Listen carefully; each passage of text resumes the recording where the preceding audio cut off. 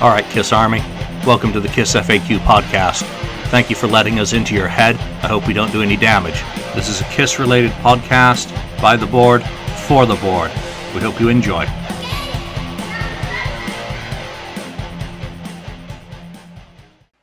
Welcome to episode 39 of the KissFAQ podcast. I am your host this week, Lonnie stlkiss on the KissFAQ message board. And I am joined this week by the admin, Julian Gill. Hey. Ken, 69th Blizzard. Hello. And Marcus Almighty. Greetings. All right, so episode 39, but we're going to talk about the 40th anniversary of Kiss. A few things going on in the Kiss world this week. Kiss is wrapping up their what appears to be the last leg of the 40th anniversary tour in Australia. They played on the Footy Show yesterday, played Rock and Roll Night, and Shout It Out Loud. Also, a few things happening in the Kiss world. I got a new book in this week called Gene, Ace, Peter, and Paul. Ooh, I got that one too. Oh, yours came too. Yeah.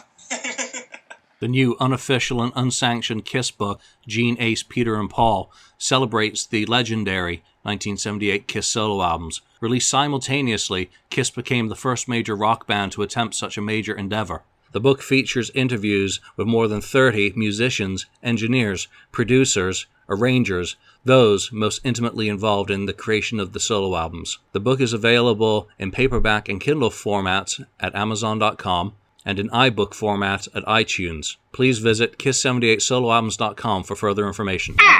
Yeah, and I'd just like to jump in there and thank the guys at Podcast Rock City, Joe, Jody, and Andrew for having me on their podcast to I talk about the book a bit. They ask me some questions, and you get some more information. So go and check them out. You can find them at podcastrockcity.com.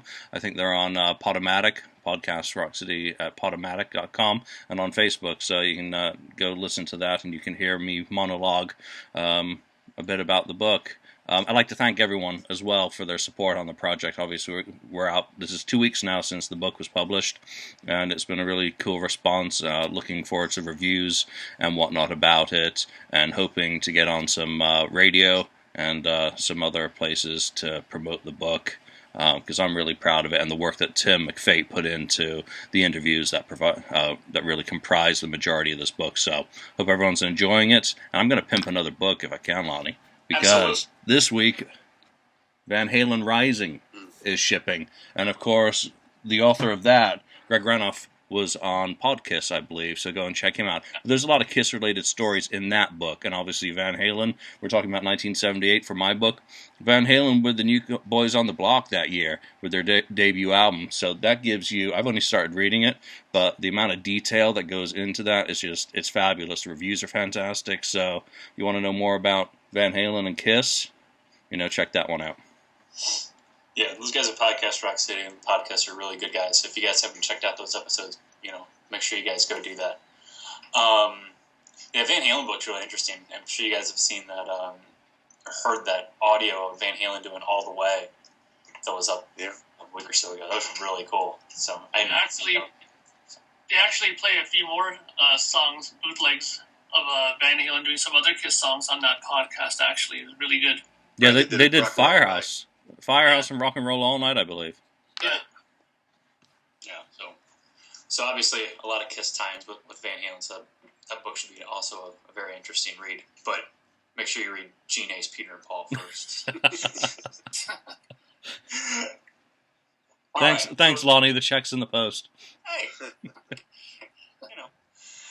I do what I can. So today we are going to discuss the 40th anniversary of Kiss. Kiss is winding down what appears to be the final leg of the tour. No other dates scheduled after the Australian tour and the cruise. So, in Kiss fashion, it's 2015, and we're winding down the 40th anniversary tour. They've kind of dragged this out as long as they could, with some extensive touring. Obviously, the tour started the proper 40th anniversary tour started up in North America last summer with Def Leppard. They did a residency in Las Vegas. They went to Japan. They went to South America.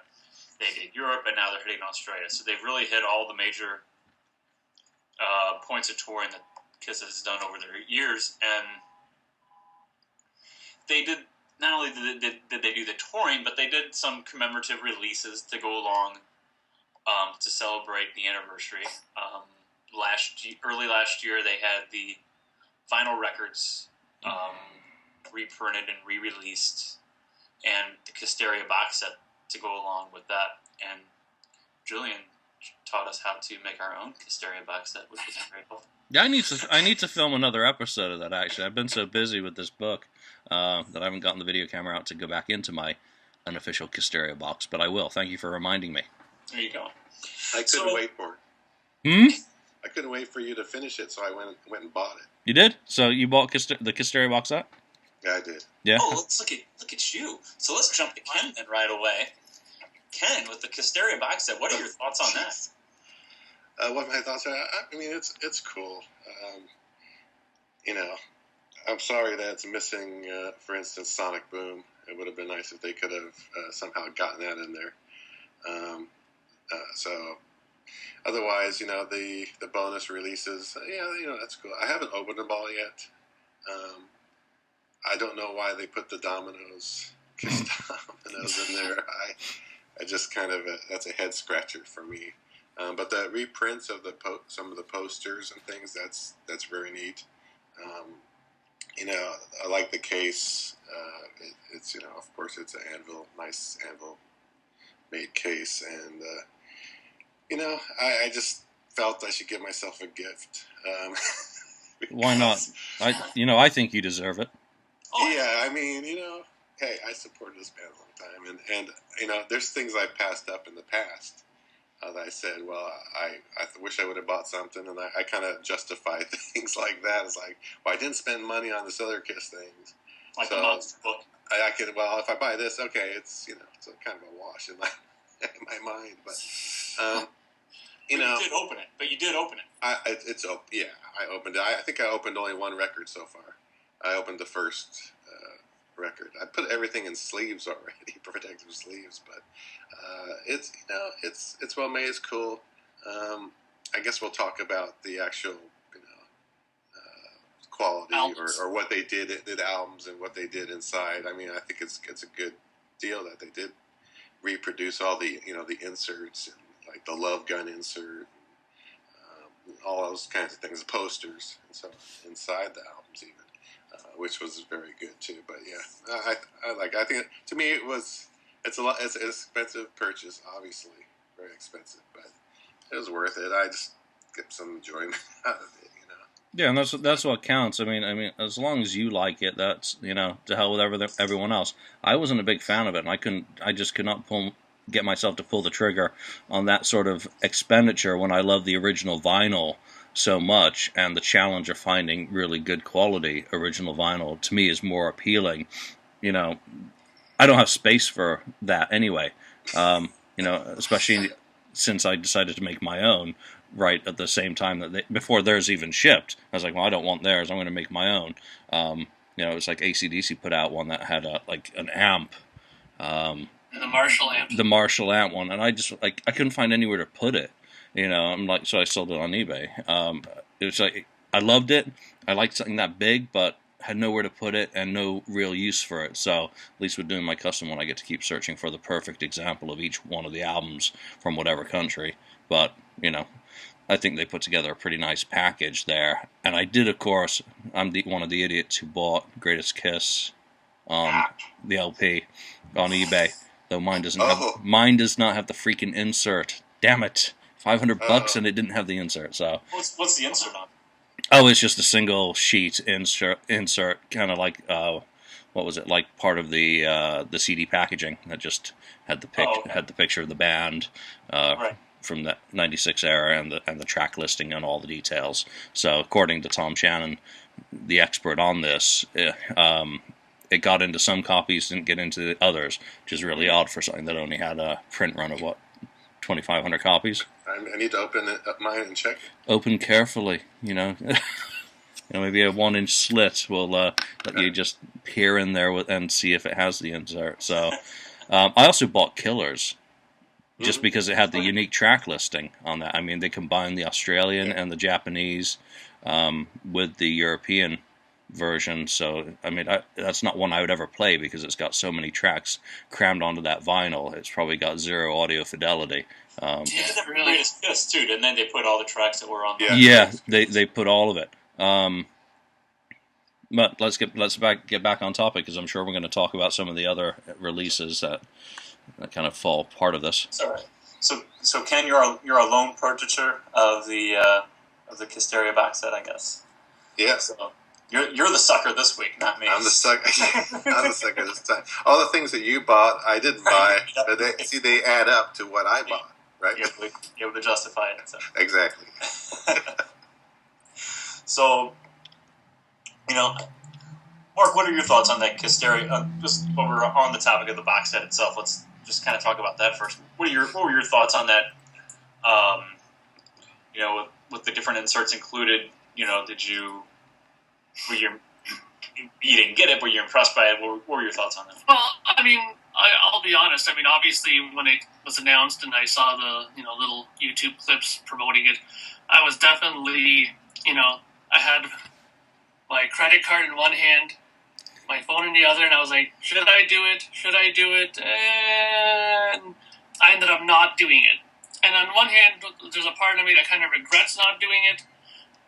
But on the other hand, I mean, it is expensive, let's be honest. I mean, it's not just something that you can just turn around and say, yeah, I just feel like buying, I'm just going to go buy it right now, and that's it, right? So, but obviously, it's a great package. I mean, just the case alone is worth the cost, I'm sure, of it, because it's a pretty heavy-duty case, and, it's a great idea to put vinyl into something like that rather than a milk crate or something, right? So, Yeah. Knock out milk crates, man. But I was really, I was really tempted. I like it. I like what they did with it. I thought it was a good idea. The fact that they released the actual vinyl albums themselves, but didn't release certain ones, made the package that much more appealing. Obviously, for people who were on the fence, maybe that was the deciding factor. If you couldn't buy the Killers separately or the Greatest Hits one, maybe that made somebody turn around and say, you know what, I'm just going to take a chance and I'm just going to grab it because I won't be able to get those, right?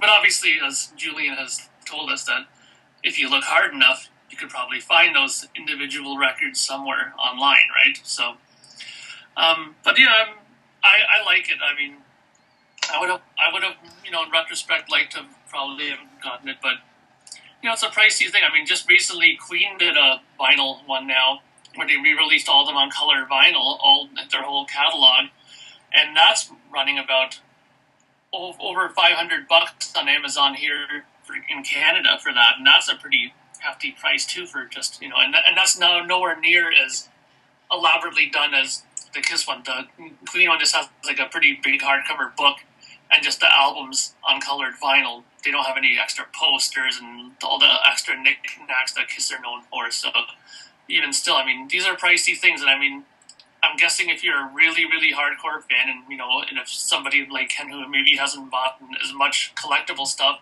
it's a great purchase to have, right? I think it makes sense to do that if you're, holding off on other things to buy that. So I think it's a good purchase. I like it. Yeah. I was tempted to get it, but it came out about a month before my wedding, and it was not justifiable at the time. The wedding's on. Obviously. Right. That little voice in the back of your head saying, "Don't do it." Yeah. And there was a female voice standing behind me too, saying, "Don't do it." Go ahead and do it. So I went out and I just bought the ones that were really missing from my collection, like Psycho Circus, Carnival of Souls, and the Alive Millennium on vinyl.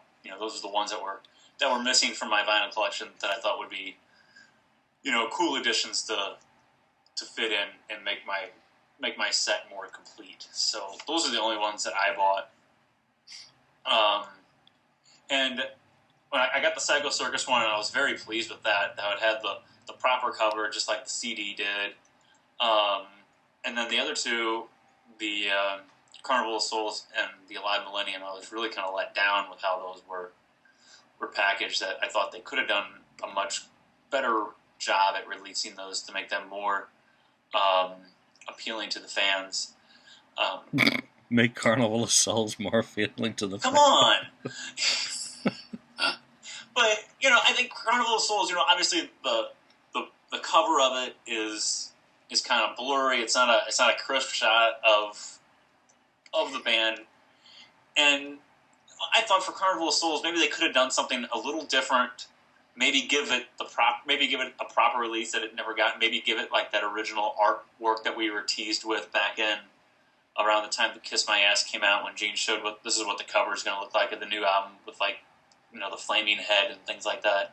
Maybe make that the cover, or make that like an insert in there inside of it, just to kind of dress it up a little bit and make it. This is what could have been. If Okay, it had been. so get a Bic lighter, and then you've got flames all you want. I'm sure Carnival of Souls will burn nicely. Well, Julian, we know your thoughts on that. No, I mean, yeah, the cover is, muddy, but it matches the production of the album, so I think it's perfect. No, I like having it on vinyl. I think we kind of talked about this one on another episode, Mm-hmm. that it's lackluster in that it doesn't have a printed inner dust sleeve for the vinyl, which even the jewel case on the CD had, some design elements. And if for Greatest Kiss they're putting that single insert sheet in certain copies, surely they could have gone to the effort and knocked out a printed dust sleeve for Carnival of Souls, even if it was as lazy as just taking that cover insert out and what it folds out to be, and butchering that into one. So, I think they gave that the same attention that they gave it in 1997. But I'm very grateful to have that in my collection on vinyl. I think that's more important than any criticisms that I can level at it. Am I going to play it? Hell no. Again, it's too much audio on that vinyl format to be even worth trying to play in high fidelity. So, and I agree with you in Psycho Circus, though I still want to get the German version, which doesn't have the lenticular cover. And I think that should have been a gatefold. Should have been like the Elder, single-sided gatefold. Well, speaking of gatefolds, and Alive Millennium really should have been a gatefold, in my opinion, too. Yeah, definitely. Being a double album, being what was originally intended to be Alive 4, maybe give that the proper treatment that recording never received. I mean, obviously it came out with that box set in 2006, finally, after years of waiting, and it was the whole reason why a lot of fans went out and bought that box set, because you obviously had the other releases anyway. Then Alive 3 had Take It Off on it, which is a song off Revenge, so you couldn't pass up getting a live version of that. But I thought that a gatefold for that would have been perfect, showcasing that and giving that the proper release that it never received too. Yeah, and in the booklet of that Alive 2006 box set is a great image that would have been the perfect gatefold image. I know what you're talking about. Yeah, it alludes to kind of the Alive 2 one. But in terms of packaging, that thing, I mean, the cover, I hate to use the phrase, it is what it is, but I think it actually works. I like that Alive 4, the original cover. I like Alive Millennium better than Alive 4 Symphony bullshit any day of the week, even if it's a little bit slow. But, they should have given it better treatment for sure. Mm-hmm. So those are my thoughts on that. I mean, and what we didn't get from those vinyl releases was, I thought they could have cashed in a little bit too had they re-released the originals on vinyl, given that a re-release or originals 2 even. I think Kiss fans would have jumped at the chance to buy that and have a different version of that. And I understand maybe they didn't do it because they did the Hysteria box set too, but come on, it says Kiss. You're supposed to flood the market. Why didn't? I mean, I think that was an opportunity that was missed. That could have been cashed in on a little better. Yeah, and here's the thing: 2,500 copies of the Hysteria box set. So what's that? 2,500 copies of Greatest Kiss and all those exclusives. They couldn't bother to do 2,500 copies of say a special cover to do the originals or originals too. I mean, there's no kind of marketing or business argument that they can use to say why we couldn't do this, other than we're just not interested, because they're not pressing special vinyl. Yeah, I would have also, to try to promote the selling of that, I would have also reproduced the promo albums vinyl that came out, like the 76 promo for the tour, those promos, the Rock and Roll Over one, the solo album promo, those kind of things thrown in as extras would have maybe, enticed more people to come and buy that. Would that have enticed you more than, say, the exclusives that they did, double platinum, smashes, thrashes, and hits? I mean, who's that going to really motivate? Well, the smashes, thrashes, and hits, but those promos would have, I would have definitely, I think, it would have been less of a question for me had they put some of those extras in, or even a book, even add a book in there. That's one of the things that are missing in this. You should have some kind of book that goes in this thing. Yeah. Yeah. Well, I think a book. I'm gonna stick Julian's book in there for now, though. Oh, look at that! Send him a check too. Oh God, I'm gonna be broke. So, I don't know. Those are my thoughts on the vinyl reissues. I mean, it was nice that they did it. They did it right though by including the posters and that. And when I first heard that they were going to do these re-releases of it, I was like, well, if you're going to do it right. At least put the posters in there from Dynasty and Unmasked and that era and solo albums and do it the right way, and don't just throw it out there without what originally came in back in the day. So one thing I forgot though, they did do the remastering of all these. They remastered them all, so which is cool. Mm-hmm. But the problem is they goofed on the Creatures of the Night. Right? Yes. with remastering the '85 or whatever re-release of it, which was in my mind a big mess up. So I wasn't too happy about that. Now the thing I was happy about is in part of my shipment. It came in 2 shipments. Is I got 2 Love Guns in there because one of the Love Guns is the bad version. Yep. That had a problem, and then they fixed it and they put it. So they gave me both the faulty one and the fixed one. So. But the creatures though, didn't I hear or read somewhere that they said that whole thing with the screw up with the remastering, that only certain countries got that screwed up with, that not all of them had that happen? Yeah, I seem to recall that being mentioned as well. Talk about that. I don't know if that's true or not. Because I know the Canadian one that I have, I'm pretty sure that one isn't screwed up. I'm pretty sure. Which vinyl reissues did you get, Mark? I bought all of them. I bought every really? one of them. Yeah, when they came out on vinyl, like they came out in 3s here. I don't know if it was the same everywhere else in the world, but they first put out like the first 3, and I grabbed those, and then later on they did the other ones. Like they came out in different times, but whenever they came out, I ordered all 3 and grabbed them, and I bought all of them. So I have all of them. I remember on Facebook, I did a thing every night for like 2 weeks where I opened one and played it, and we did a little chat on a podcast in the Kiss room where we discussed it. And it was really cool. A bunch of us were on there, and we were all chatting about what we thought about it. And I took pictures of the vinyl and the cover and all that, and showed it, and it went really cool. I mean, it took about almost 2 weeks because I did 1 or 2 albums a night, right? But it was really cool. Lots of people loved it because a lot of people. I was surprised how many Kiss fans actually didn't buy them all. Like, I mean, a lot of people just bought the individual ones, right? No, I mean, I was surprised you had them all. So that's cool. It's not the same as buying the Hysteria, because that thing's like probably like $1,000. But to buy the albums individually, I think is a little easier, because if you just have to put $20 or $25 down for the record, it's a little simpler to collect them than to drop 1,000 in one shot, right? If only it had been 25 a pop, because every place like in store, and this is why I don't like the vinyl reissues, is when I go down to record stores in San Francisco, like Amoeba, Rasputin's, and Recycle these days, the Kiss bins are just overflowing with new bullshit vinyl, and $37.98, $44.98 for a double. Vinyl is the new, I don't know what the new overpriced, kind of uber hipster bullshit thing to buy.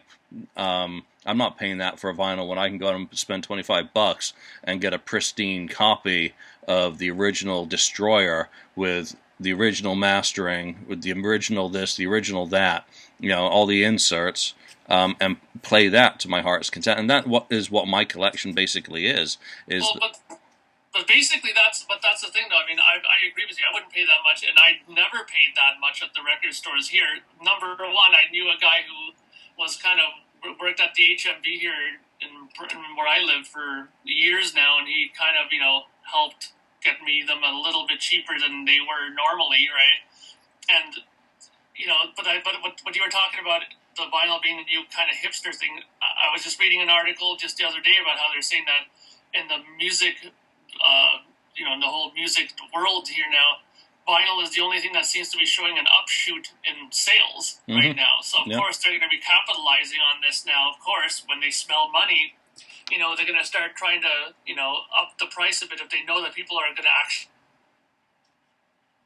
No, we lost you for a second, so we'll wait for your signal to catch up. But yeah, I've read the same, and I know there's limited pressing plant capability and capacities these days than there once was. That has changed, or whether that's being used as the kind of the justification for the high pricing. Well, when we transitioned to CDs, we got rid of our pressing machines and all that infrastructure.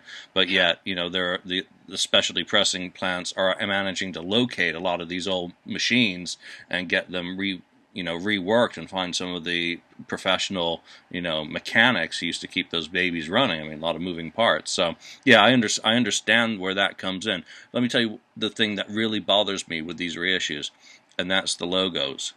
The Casablanca logo on the center rings is not the same because of copyright or redesign or whatever. That really bothers me, that is changed now from what it really was. So, I was never going to buy them all anyway. I'm just not interested. I think the other one I got was Revenge, just because I got sick of trying to find... Revenge. Lonnie, that's just for you. Oh. No, I couldn't find a decent copy of Revenge. I kept, trying to buy one of the Marvel copies on eBay, and I kept getting outbid at the end. I finally got so pissed off. I was just down in Amoeba one day. Okay, fine, take my $37.98 for this frickin' album, But the moment I find a UK version, I'll get rid of that piece of shit. Yeah. But yeah, so sorry. Continue. I interrupted again. No, absolutely. So they did them right with the posters and with all the inserts that you wanted, especially from the classic releases. Could they have done more with those releases, though? Could they have included other inserts or maybe outtakes from those posters? Or would you guys have wanted to see more or like different inserts or anything like that? Julian is saying no, he likes the way it is. What do you guys think? I think, yeah. I mean, if I can, I don't know if I've been talking about this before, but let me just show you what I ran out to get here.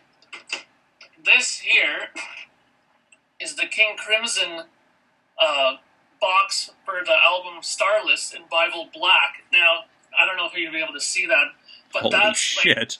That's what's in it, okay? And it's like a bunch of live shows from the tour, the album done in 5/1 by Steven Wilson, another like high 96, her 24-bit version of the record in stereo. It has all kinds of stuff in here. It even has live videos from like some of their shows and stuff like that. And I mean, granted, it's $150, okay? But just as an example of what you could do more of, I think that's a prime example of what you could do more. I mean, I know KISS probably doesn't have maybe that much stuff of every record era, but there's got to be more than what they are giving us now that they could include in something similar to this, I think, I mean, why not put a vinyl and CD 5/1 together in something like this, for one of the later records, like, I don't know, maybe like for Asylum or something, like maybe they have footage of them in studio recording, like, people would love to see that stuff. Maybe make a package like that. I think that you could do much more. There's evidence of it just right there, right? Yeah, that's a really cool looking box set. But what would that cost in Kiss money? $499.95. It wouldn't be $150 in Kiss World. Wait. We kind of showed this at the beginning. So Kiss does what? Kiss 40. You know, and what's their box? It's the one that comes with a free T-shirt at Best Buy. You know, so King Crimson does, you know, that multi-set. I mean, that sounds really appealing. Well, Julian, thank you for segueing, because after, not only did Kiss release the vinyl versions of all the albums, they had a new CD release to commemorate the 40th anniversary of the band, with Kiss 40 taking a unique way of doing it, taking a song from each album, basically, from the 40-year career, and compiling them into a 2-disc set. Nothing really, I mean, yeah, there's some tracks on there that are, like, there's a version of Deuce on there from 2004 that everybody doesn't have if you didn't have all the instant patch from 2004. And there's a version of Crazy Nights from 2010 on there, from Europe. The God of Thunder demo's on there if you didn't have the box set. And you get Modern Day Delilah from Sonic Boom. Sweet which, action. you know, after Talking Kissteria didn't have Sonic Boom. Yeah. This one actually has one of the tracks, which is weird. They did buck up and I guess get the rights to release that on their own, because obviously Kiss 40 being a universal release and Sonic Boom being exclusive to Walmart, they had to purchase the rights to put that on the album, which I'm glad they did that. And it wasn't that there wasn't a Sonic Boom song omitted from the release. I think that would have been a glaring error. But it's a good thing that I'm glad that they did that. Your guys' thoughts on the Kiss 40 album from last year, Ken? Well, it's it's good. It has a good collection of songs. I don't understand maybe a couple of the songs they put on there, but I did get the one with, like Julian had, with the shirt with it. Mm-hmm. But I opened it, and I wear the shirt every now and then. But they had the demo of God of Thunder on there, which we had before. And the box set, and then also I guess they had Reputation, which of course later on we'll probably get into that, where they ended up using that again, for the Love Gun thing. So it's good. Being a Kiss fan, I bought it, of course, and it's a good collection. I guess. It's more targeted towards the casual fan out there who wants to just kind of get all the best from Kiss to a degree. Except, let's put the X and Sex. I wouldn't have put that on there. They could have swapped some songs here and there. But, yeah. You would have gone for Rock Hard on there instead of Let's Put the X and Sex. Oh, man. It's even worse. Whew. Don't know where this was printed, but it's absolutely toxic. Yeah, it's a bad smelling. You open it? Booklet. Yeah, and it looks like it was designed by a 6-year-old, just cutting and pasting. I'm going to rotate this picture 30 degrees. It's a little bit lacking in terms of design, the booklet, but it does have a good size booklet. There's a glaring error in the booklet too, where it has like excuse me. Where it has like a 70s page in there with Alive and Destroyer and Rock and Roll Over. There's a little logo on the left-hand side for the Kiss Symphony on the same page, where they're kind of glorifying the 70s heyday on there, which is a glaring error. Oh, there it is. Yeah, right there. That's like, right, I remember that. Yeah, I saw that, and they were like, what? What the hell's that doing there? They messed up again. I mean, and what's disappointing about that is, like, fans like us, like, notice that immediately. Who's proofing these things? Is no one proofing these things to say, no, that doesn't belong on this page, it belongs somewhere? Obviously, it's the record company putting I think what bothers me kind of, and let's see if I can put that up there, and that's the quality of this CD print as well. It really looks homemade, like something you could do with LightScribe. But whatever. As far as it goes as a compilation, and It's only earlier this year that we finally had the very best of Kiss certified gold officially, and I mean it's up near platinum as well right now. I think it's like over 844,000 in SoundScan. As a compilation, when you compare this to the very best of Kiss, it's perfectly adequate. It's got a little bit of everything. It's got the songs from the albums. It's got some sort of format. I like the Japanese version, which has the live version of Hell and Hallelujah right at the end tacked on. As an introductory, generalist type release, it's not exactly expensive either. As the replacement for the very best of Kiss, which was perfectly fine as a compilation, it's adequate. Would I have wanted this one on vinyl? No. Would I like the very best of Kiss on vinyl? Yeah. But that's just because that one looks better. So. Well, as far as I'm concerned, I mean, I bought it as well, of course, like right off the bat when it came out, because I mean, being a fan, of course, you're gonna buy it.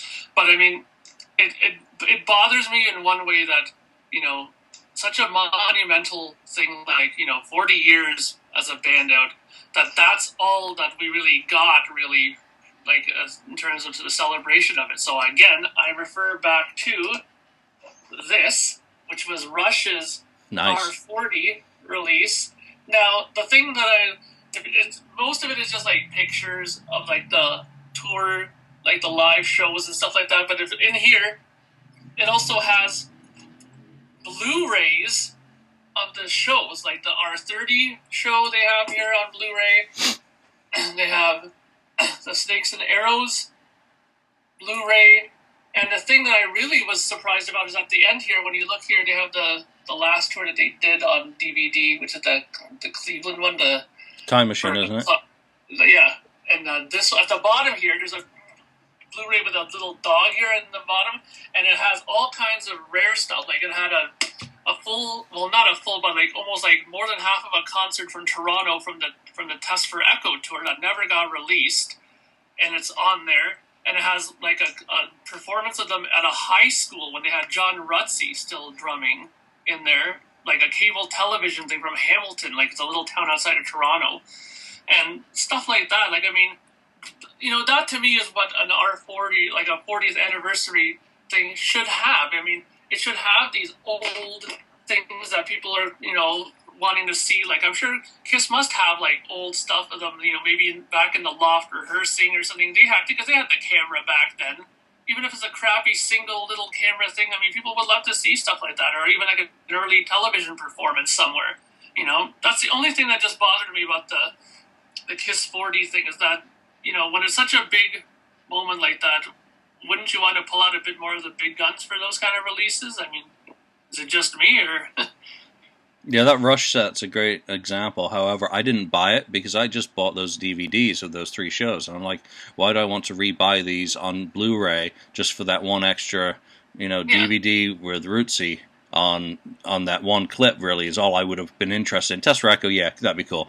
But you know what? I know it's going to be up on YouTube, so I couldn't justify it. But that's a great looking package. Kiss is always behind the curve in terms of getting shit released. They spend so much time overthinking it, or having people working on different concepts, or not enough time to maybe have a focus on a single concept. And it seems like with the Creatures deluxe treatment that fell apart, that there's so much, let's save this for something else. We could do a bigger project, rather than looking at what they have, what they're celebrating, what they're releasing, and just fucking doing it. It's like, stop thinking about it. This was your 40th anniversary, and all you managed to do was reissue your vinyl. You didn't even reissue those new mixes on physical CD. Yeah. In miniature versions, which you could have done a miniature Kissteria box with the new CDs, or the new mixes on CD, in miniature LP sleeves, like... was done for many years in Japan and is very popular, which has just been done for the Capitol Beatles collection. Remember all those coming out? I mean, they look fantastic. I remember going into Best Buy. There were freaking full display stands with the Beatles USA albums and all those very special albums. Whether or not they sold, and copy the Beatles again, Kiss. I had to go to HD Tracks to buy the high definition versions of all these new mixes. They did the new mixes for, mastered for iTunes as well to try and get you buy them again. But instead of actually thinking it through and getting the product out in multiple formats, get them out on CD. And I know this, you can't shout at KISS about this completely because it does come back to Universal. Yeah. But KISS does have a voice in that, rather than saying, well, let's just put out the vinyl. Well, the remasters are ready to be updated, It's been since 97. 97, and fix those issues that were on the 97 remasters or with the artwork on it, and do it properly. Do it with a little bit more love and attention. When you've got guys like Tom who were involved in Kissteria, who know the details, and care about the details, leverage that care and attention to detail from a person like him to do it right. I'm not saying Robert Conti didn't do it right as catalog consultant with the remasters. I think he did the best job he could, and those have certainly stood the test of time pretty well. Well, all this stuff should have been out and ready to go when they, you had the 40 thing going on, but then the Rock and Roll Hall of Fame deal. They should have had all that ready. Take advantage of it, even for the general public. Of course, the KISS fans are going to buy it, but even, Rock and Roll Hall of Fame is national news, even the world, I guess, probably. But people are going to see that name pop up. Oh, they're in the Rock and Roll Hall of Fame. It must be pretty good. Maybe I'll take a listen to KISS and just see what the heck this is all about. Someone that doesn't know, it's a general person. So they could have really taken advantage of that and sold, I think, a whole bunch more, product at that time. Yeah, maybe they spent. And at the same time, you're touring North America that summer too. I mean, you're kind of in the public eye at the time. You're touring North America. They were on Jimmy Fallon. I remember Jimmy Fallon holding up, a KISS 40 release right there. You're kind of in the public eye with the Rock and Roll Hall of Fame, touring North America. It's your 40th anniversary. I was really surprised, like Julian said, that we didn't get any kind of CD release, not of the albums reissued. I mean, like I said, it's been since 97 since they reissued all those albums, and we all would have rushed out and bought the remasters in 97. Make a product that makes me want to go out and buy another copy of Dress to Kill on CD. Yeah, those copies are selling. You go to Best Buy, they're $4.99 for the originals. If they revamp the format and put out new ones, boom, they're back up to $16 or $21.99 again, and KISS fans will be. And if they make them appealing enough, shelling out the money to pay. There'll be people saying, "Oh, wow, it's a new remaster of KISS." But it's got an essay by Gene Simmons in it instead of Robert Conti. Get the band to actually write something down. Even if it's just track notes like on the back of First Kiss, Last Licks, where they address some of the tracks, just scribbles from each of them. And there's 2 demos at the end of it or something like that. Yeah, two demos that are a teaser for the next KISS box set. Here's newly uncovered stuff. And I actually had this out because obviously these did leak out at the time. The Daisy, take a couple tracks of that, or the Loft Session. So, they've got the stuff that they can do. It's just, where's the will? I don't know. So, I think it has to do a lot too with, like you were saying before, like Universal Music is their label at this time. They need, and the problem, what I think is, like, for example, the King Crimson one. I think that DGM is their own run label, I think, for King Crimson. So, needless to say, the people that are working in that label are, hot shit for King Crimson and are gung-ho for anything that comes out. I mean, I get a newsletter from them pretty much every other week from their fan club saying, hey, guess what? This is, it's King Crimson Thursdays, so we're putting out a new t-shirt or this and that, and there's always some constant hype about, the band being put out all the time. I mean, I think that's something that's maybe lacking a bit with the KISS side of things, is that they don't have somebody, from the business end of it that's excited about it like fans are, pushing it, you know what I mean? And if there was somebody that excited, maybe they would put more attention to detail, like Julian said, into these things. If I was working for KISS, and I was, or if any of us were there working with it, we'd probably be so excited to work on stuff. We'd probably come up with 1,000 ideas for them to do stuff. It's just whether or not they would be as excited to push it through and do it. No, I'd be barricaded in the audio archive saying, "Fuck you! I'm not coming out. I'm listening to it." Not coming out. That's Eddie Van Halen, Christine 16. Yeah. We'll never hear that though. I mean, I don't think we have a snowball's chance in hell of hearing the Van Halen demos from Love Gun. Unfortunately, there's too many egos and too much money involved. So, They talked about that on the podcast with the Van Halen thing. mhm. They talked about that. They said that it's there. Gene has it. And it's all apparently all legal issues between the Van Halen boys and him. Apparently, whether Yeah, that's who knows, right? they're not. I don't think the Van Halen boys are going to let Kiss release that without getting paid some royalties. And come on, that's not in Kiss's nature, is to pay someone else. No, and it's totally fair enough for Edward. I'm sorry, fuck, I can't say that. Eddie, come on, he may not have been famous at that point, but he is now, and he's, a little bit more, he's got the leverage. So, Gene, if someone's got the leverage against you, what do? You make a fucking deal. Just cut it down the middle, get it out there, because one of these days someone does have it who shouldn't have it, It's going to leak. and it's going to leak. And then you know what Yeah. you're going to both have, Eddie and Gene? You're going to have fucking zero, like you did with the Loft, like you did with the Daisy. If you keep sitting on this shit, I guarantee you it will get out. So, make the decision. Excellent point. So, the last thing I wanted to talk about with the 40th anniversary was, and we kind of touched on already, is that what didn't they put out that we wanted to commemorate the anniversary? I mean, I thought I thought that a book would have been a proper release spanning their entire career, not just focusing on the 70s makeup era and the makeup from 96 forward, spanning the whole career and putting a lot of 80s stuff in there as well. A book with some great high quality photos would have been fantastic. We talked about re-releases of the classic albums, with different inserts with maybe a demo or two at the end of each album. And let's not forget, too, a DVD or Blu-ray release. We haven't had a Blu-ray release ever from the band. We haven't had a DVD release since Kissology 3 in 2008, I guess. Kiss is one of the most visual, exciting bands ever.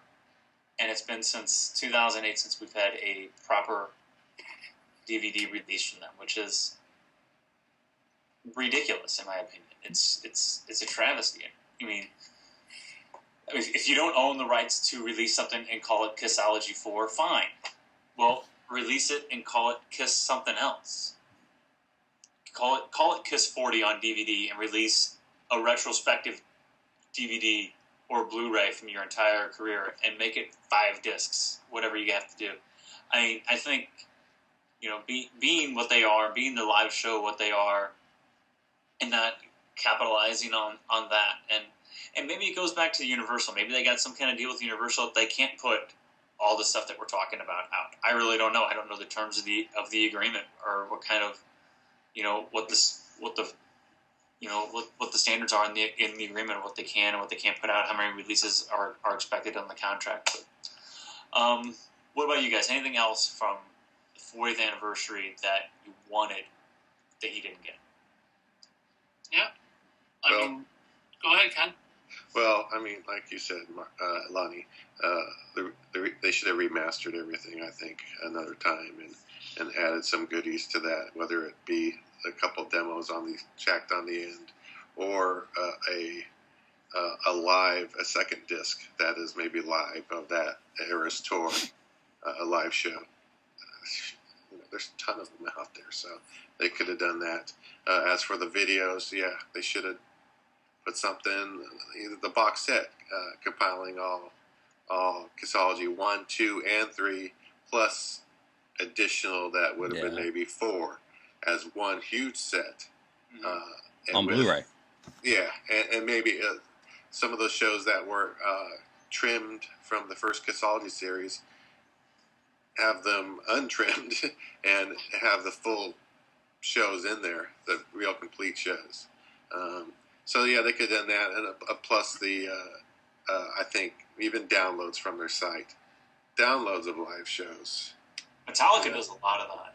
Yeah, exactly. So there's so much they missed, and I think they still can do.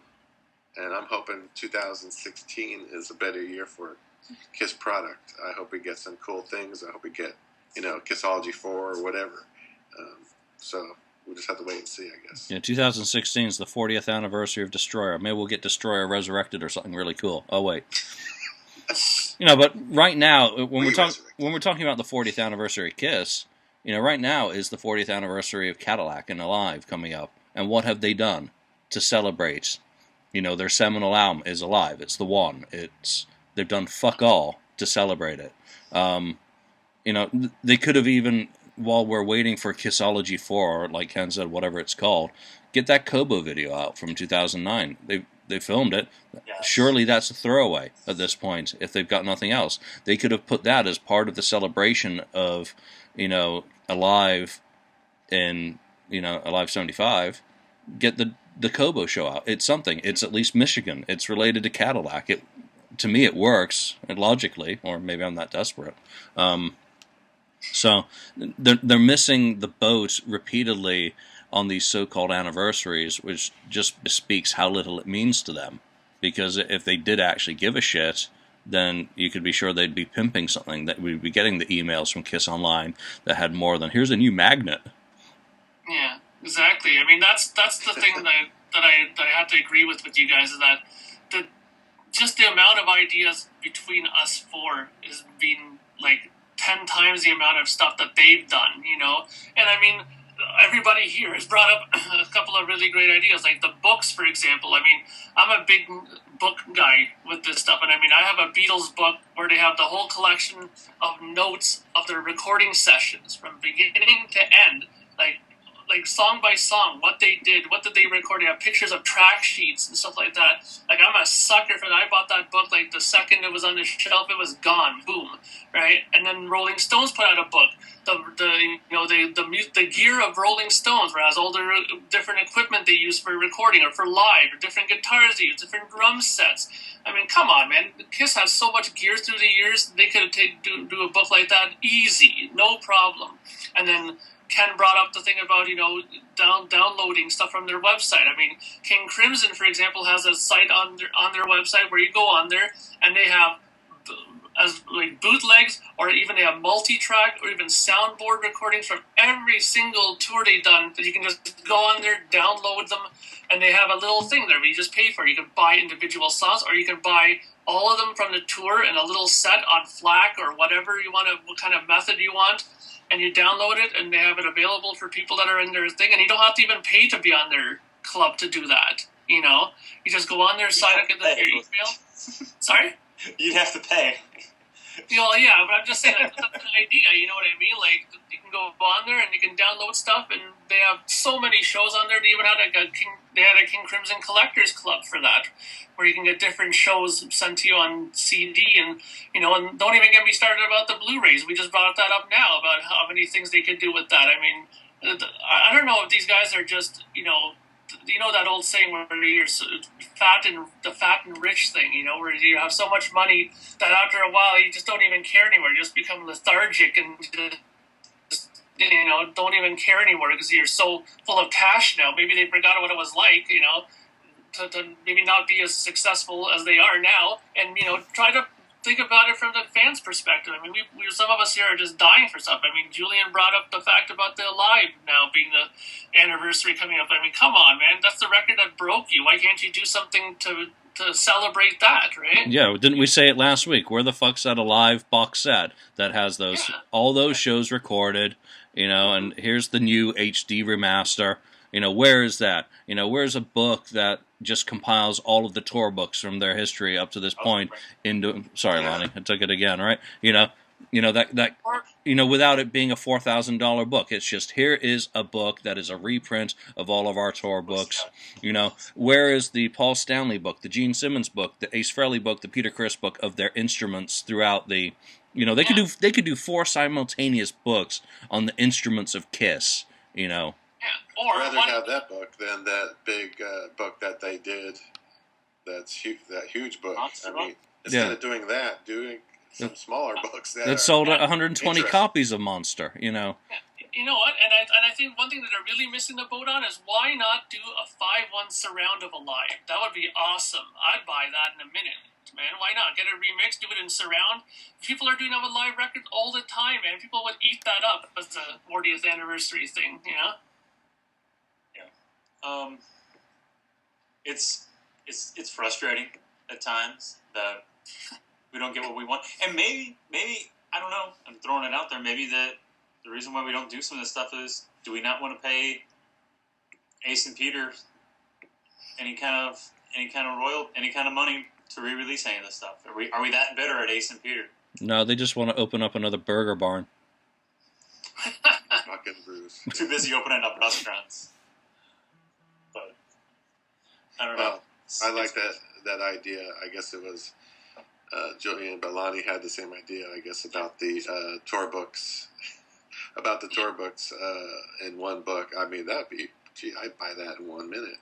Yeah, with high quality print. I mean, if you look at that last Japanese tour book that came out, and obviously there's always going to be the ones that come afterwards that they miss.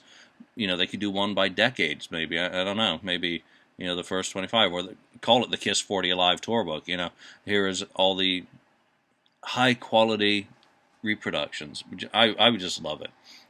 Maybe a little black border down at the bottom where they comment on a few pages here and there. Yeah. Like what was that, the Warring Abbott book, where they chime in a little bit on a few pictures. It doesn't take a lot of effort. That's the whole thing. I mean, sure, someone's got to do the research on the rights on the photos, because those photographers got to get paid again, unless they had deals for the original issues. But there's nothing that I see, and obviously I can only say what I see, that's that arduous from a business point of view. And these guys should have a team who could knock all that shit out pretty easily if they've got the right team. Yeah, the tour book idea would just be awesome, and I think fans would eat it up. But we'll have to see what happens with next year. They're supposed to tour North America again next year, and what's been the case lately is you have to have, usually you have a product that you're pimping when you're touring. So maybe something exciting is in the works. And that was what I was going to say, is if they're going to tour next year, why? I can't right now. I can't see any reason to go see a tour. I would have hoped, with the cruise being scheduled where it was, and to everyone who's going on the cruise, have a blast. I'm jealous as hell. But they're going to do what are they doing, live? Yeah. It's going to be the KK tour, the Kiss Conclusion tour. But they're also doing they're doing a unmasked send-off show where they're actually had fans write in who have already bought tickets for the cruise to request 5 songs that they wanted to hear Kiss do. You mentioned it on the 3 sides there, how they were, because Mark there's going on the cruise, and he mentioned like the list of songs that people voted on, and it was, some of them are just like ridiculous. I mean, people were voting for songs that they're going to play anyways, but some of the ones that are really, some people pick some really odd ones, but maybe they'll do something cool for the fans finally with that. So maybe that's a great little side topic right now. If you were going on the cruise, what would be the 5 songs that you'd pick that you'd love to hear? And I'm going to say Mr. Speed, Strange Ways. Yep. Are 2 that immediately jump out. Mr. Speed especially. I mean, Mr. come on. Speed. They have Mr. Speed, teased with that so many times. They got to do it. Naked City, Charisma. Yeah, I'd love to hear that. I'd love to hear like Strange Ways, Would you like a drum solo in Strange Ways?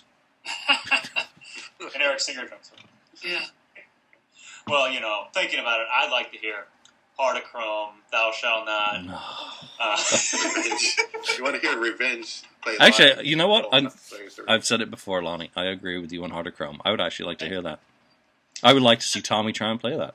But in all seriousness, they did the one cruise I went on. They did Mr. Speed Unplugged, and it was fantastic. And I would love to hear an electric proper version of that song, not just them doing it on a whim, goofing around all of a sudden, but a rehearsed and proper version of the four of them doing that song, I think would be incredible. I think that would be great for one. I'd love to hear. I've heard it before. I haven't seen it before, but I'd love to see him do an electric version of All the Way. It's one of my favorite songs too. Just because it's so obscure, you know. Burning Up with Fever, since it's a Kiss song. It was originally a Kiss song. I would love to hear that. Yeah.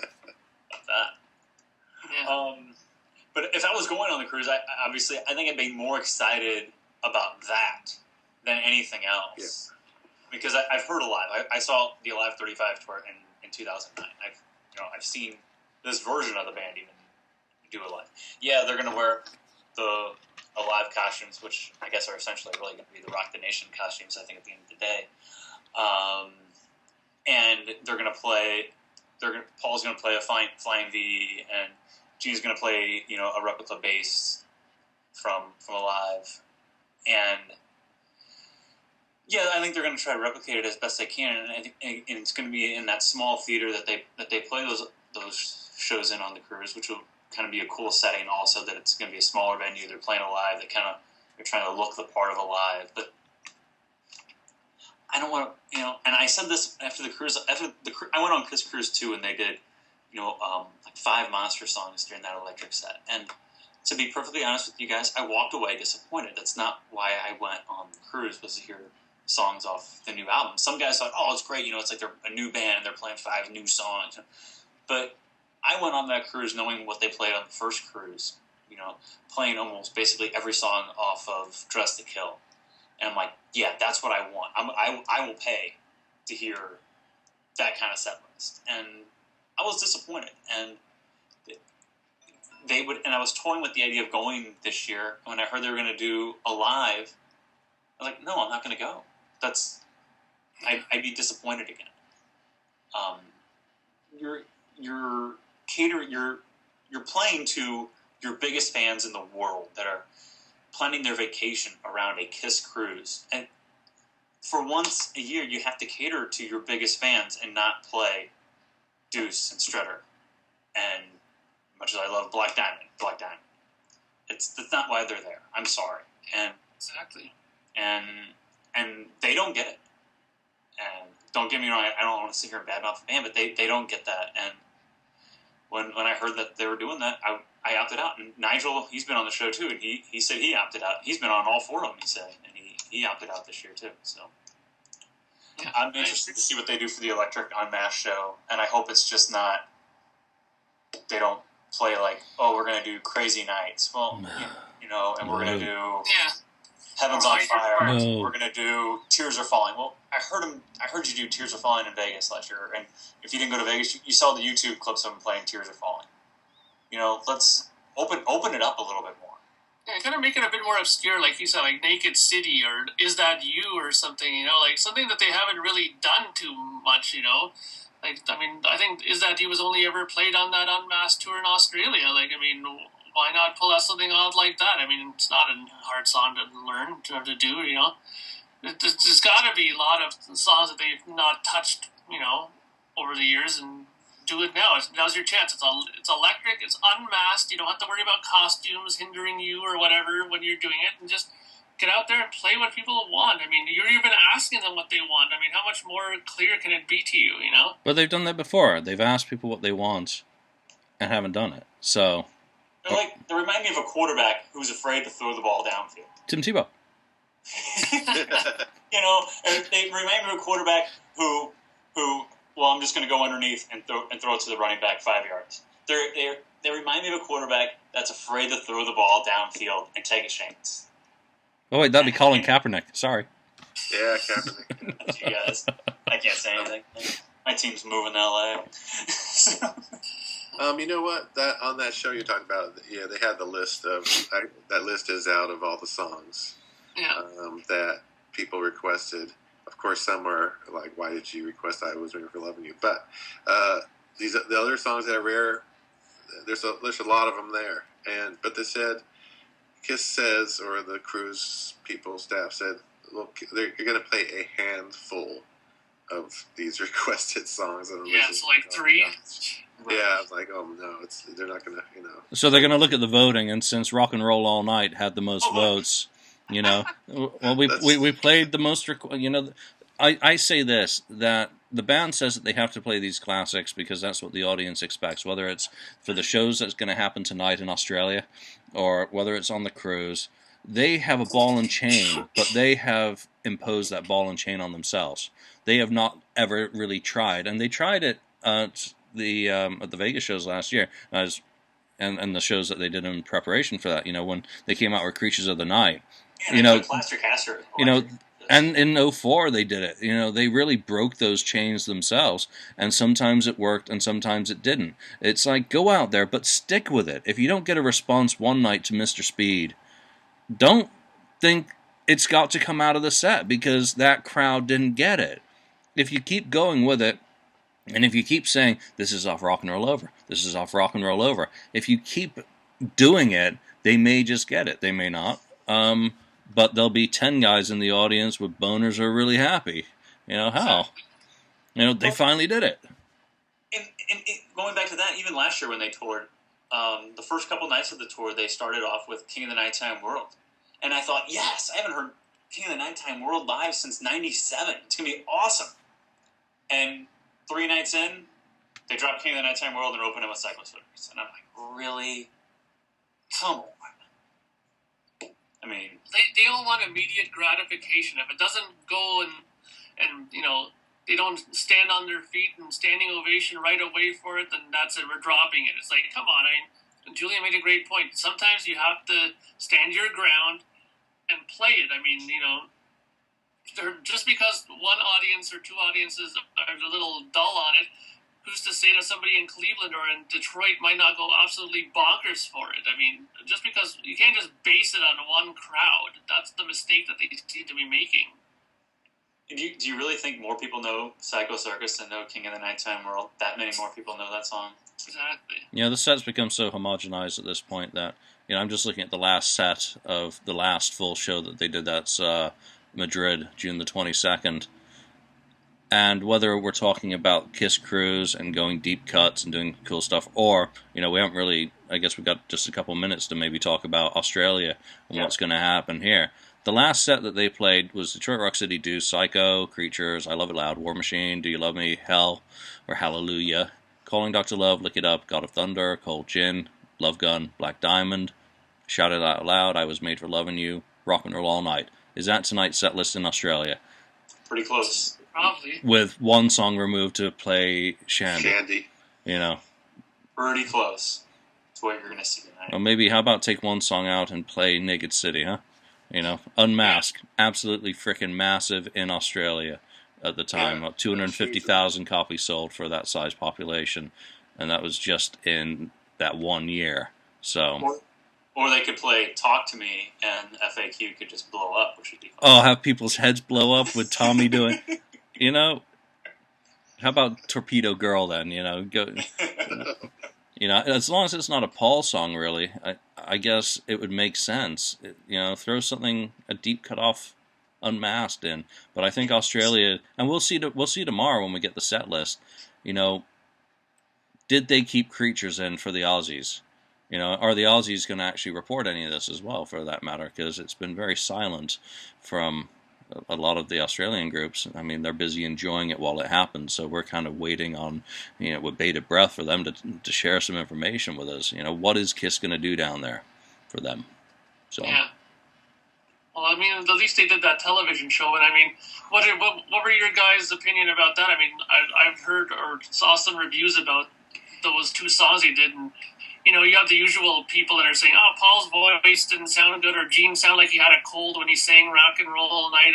I thought they played pretty decently. You can tell Paul's making a few alterations here and there to suit his ever, fading voice, but I thought it was a pretty good performance. I thought it was no worse than I've seen from some of the other performances on TV, and I think in Australia... Oh, we lost you again. So we'll wait for Mark's video to catch up with us. Were those songs... Am I back? Did they lip sync? Yeah, you're back. He's back now. Sorry, yeah, because I just said, like, I think they're just very popular on Australian TV, and I thought they did pretty good. Yeah, and what's the feedback? I haven't really read any of the boards on how they did. I watched the Rock and Roll All Night performance this morning in HD, and you know what? It seemed perfectly adequate to me. You know, they're coming off. When did they get in? They got in 2 days ago to Australia, and that's a long ass flight. And I know that travel always messes me up, sinuses. So. Exactly. You know, maybe they're a little grunky at this point. Who knows? It take them a few days to get acclimatized. It messes you up going that far. So I'll give them benefit of the doubt right now. I thought they looked fine. I was like, what the fuck's Tommy doing playing a black Les Paul now? Didn't he just release White Lightning? You know, Right. Yeah. WTF?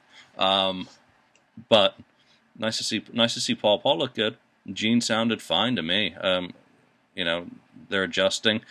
Was the mix perfect? Who knows? I don't know. I don't care. It seemed okay. Seemed adequate. So we'll have to wait and see. And we can all, and this goes for everyone who's watching and listening, you know, there'll be YouTube clips within 24 hours that we can all judge the band by with that extremely good sound quality. Exactly. Oh, yeah. Hook up to somebody's cell phone and we can judge how the band sounds.